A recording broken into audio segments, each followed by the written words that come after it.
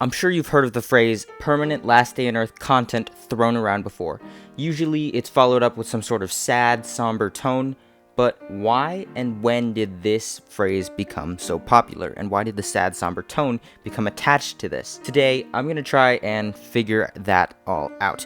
Why is permanent content such a big deal with Last Day on Earth?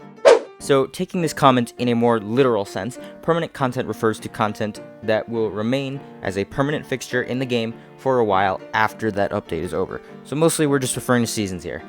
Putting this in the Last Day on Earth content, that's like Bunker Alpha, the farm, police department, motel, etc.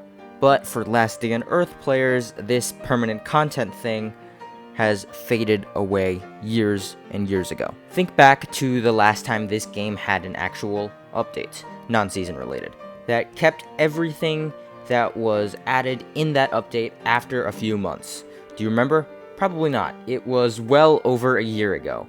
The last time there were actual permanent contents that lasted in the game for more than a few months was Basements. This was on June 25th, 2019, and before that, March, with the 7-day events, excluding Sector 7 updates. We can't really count that, that's a different team. So zdyt, what is the real problem? The last major content update was ages ago, so what's the big deal now, and why should we still care? I think the reason players should still care is due to the fact that they want Last Day on Earth to succeed. There's no doubt about it, the player base has tanked quite a bit after these last few season updates. And season after season, I see that remaining player base that's left with Last Day on Earth dwindle further and further from where it once was. There are some exceptions to this, the permanent lack of content rule, which I'll get to in a moment, but for the most part, these games have been in a major downward spiral of players since the last major purely permanent content update 2 years ago, being Basements. Now, as I mentioned, there are exceptions, and I'm going to list a couple of reasons why they are exceptions, and why I've held off on making this video for so long if this permanent content thing has been a big deal since Season 1. Every time I've sat down to write something, Last Day on Earth has thrown just enough to hold this video back. Just enough so it wouldn't be perceived in the way I'm hoping people perceive it. But let's step back and look at all of the seasons and find what's actually been added in Last Day on Earth over this past year. And I'm gonna count Season 1, that was August of last year, but close enough. So Season 1, what was added? The only thing I can really think of was the Season UI, which is and corgis, but Season 2 had Kevlars and Harpoons, Season 3 being one of the two major exceptions, and that being ATV, Bunker Bravo, fishing, workbenches, swamp, etc. Season 4, nothing. Season 5, nothing. Season 6, nothing.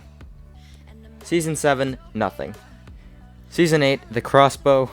Season 9, the other exception, this being an actual good Sector 7 update, and the first time us seeing a multiplayer update in the seasonal context, which I think actually worked well compared to the single player. And then Season 10, nothing. We could argue whether, but not likely. And that's the part that just frustrates me slightly.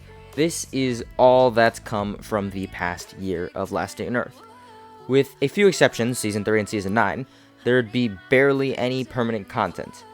And bringing this back to the present, based on the way Season 10 is appearing to be going, I wouldn't be surprised if weather, yes, the long-awaited weather, would disappear once contracts in Season 10 are over. Now, going back to those few exceptions, such as corgis, the crossbow, etc., yes, those are new things added to the game, but they're just one-off items.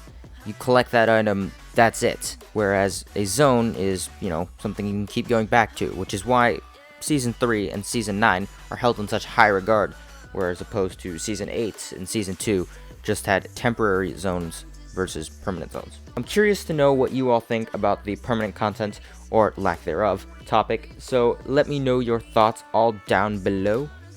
I may or may not be working on channel memberships soon, so would you be interested in that?